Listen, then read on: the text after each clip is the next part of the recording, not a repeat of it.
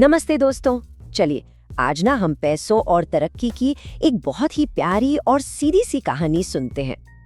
अच्छा, जरा सोचिए तो, क्या कभी ऐसा हो सकता है कि पैसों को लेकर बहुत ज्यादा सेफ रहना वही हमारे लिए सबसे बड़ा रिस्क बन जाए?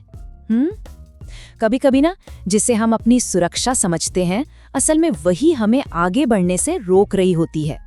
इस बात को ना और अच्छे से समझने के लिए चलिए मिलते हैं हमारे एक दोस्त रवि से, और देखिएगा रवि की कहानी से हम सबको बहुत कुछ सीखने को मिलेगा।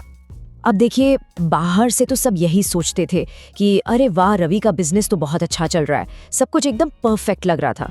पर अंदर ही अंदर ना एक छिपी हुई परेशानी थी। तो रवि का बिजनेस एक जगह आकर अटक सा क्यों गया था? चलिए इमेजिन कीजिए कि उसका बिजनेस एक बस की तरह था। ठीक है, बस चल तो रही थी, पर उसकी जो एड कैंपेन्स थी वो पुरानी हो गई थी। वेबसाइट में छोटे मोटे बग्स ठीक होने में कई कई दिन लग जाते थे, और कस्टमर सपोर्ट भी बहुत स्लो था। और सबसे बड़ी बात पता है क्या थी? उसके पास 10 से भी ज्यादा बहुत अच्छे आइडियाज थे, पर वो सब एक डायरी में बंद थे, जैसे कोई खजाना। और जानते हैं वो हमेशा क्या कहता था? चलो अभी के लिए रुक जाते हैं। बिजनेस में प्रॉफिट तो हो रहा था, फिर भी वो पैसा खर्च करने से डरता था। इसे ही कहते हैं कमी की सोच या स्कैरसिटी ट्रैप। ये बिल्कुल वैसा है जैसे मान लीजिए मम्मी दिवाली के लिए सबसे अच्छी वाली मिठाई बनाती हैं, पर हम उसे खाने के बजाय बचा बचा कर रखते हैं कि कहीं खत्म ना हो जाए, है ना? हम अपनी सबसे अच्छी चीजों को इस्तेमाल करने से ही डरते हैं। तो यहाँ ना दो तरह की सोच का फर्क साफ दिखता है। एक है पुरानी सोच जो कहती है देखो, पैसे बचाना ही समझदारी है, आज बचाओगे तो कल आगे बढ़ोगे, कोई रिस्क नहीं लेना। और फिर आती है नई सोच, वो कहती है नहीं, ग्रोथ के लिए इन्वेस्टमेंट जरूरी है, आज ज्यादा बचाने का मतलब है कल शायद आप पीछे रह जाओगे। और फिर आया रवि की कहानी में एक टर्निंग पॉइंट, वो मोमेंट जब उसे अपनी गलती समझ आई और उसने अपनी सोच को बदलने का फैसला किया। और ये बदलाव ना था तो बहुत सिंपल पर बहुत पावरफुल था। उसने खुद से ये पूछना बंद कर दिया कि मैं कितना कम खर्च कर सकता हूँ, और इसकी जगह ये पूछना शुरू किया कि इस पैसे का सबसे अच्छा इस्तेमाल क्या है जिससे बिजनेस को मैक्सिमम ग्रोथ मिले। देखा आपने, सवाल बदलते ही जवाब कैसे बदल जाते हैं। और फिर उसने कुछ बड़े और बोल्ड स्टेप्स लिए। सबसे पहले उसने वेबसाइट के लिए एक टेक सपोर्ट टीम हायर की, फिर अपने प्रॉफिट का 30% मार्केटिंग में री इन्वेस्ट किया, और तो और गाइडेंस के लिए एक पार्ट टाइम स्ट्रैटेजिस्ट को भी रख लिया। तो चलिए अब देखते हैं कि इस नए प्लान का रिजल्ट क्या निकला।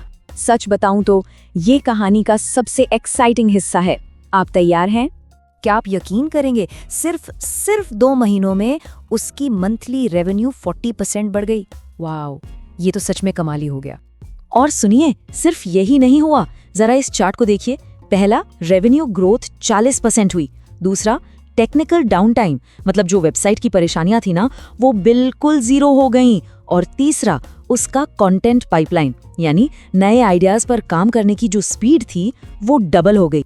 तब जाके रवि को एक बहुत इंपॉर्टेंट लेसन समझ में आया कि 1 लाख रुपया बचाना शायद सेफ लगे, पर उसी पैसे को इन्वेस्ट करने से 5 लाख रुपए का रिटर्न भी तो मिल सकता है।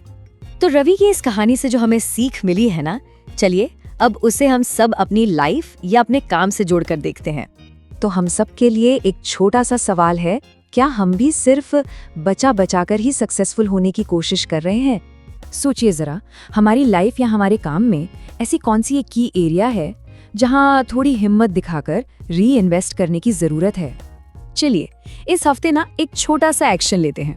पहला काम, अपने प्रॉफिट्स या सेविंग्स को रिव्यू कीजिए, और दूसरा, कोई एक एरिया चुनिए, जैसे कि कोई टीम, कोई टूल या कोई एक्सपर्ट, और इस हफ्ते उसमें थोड़ा सा री इन्वेस्ट कीजिए।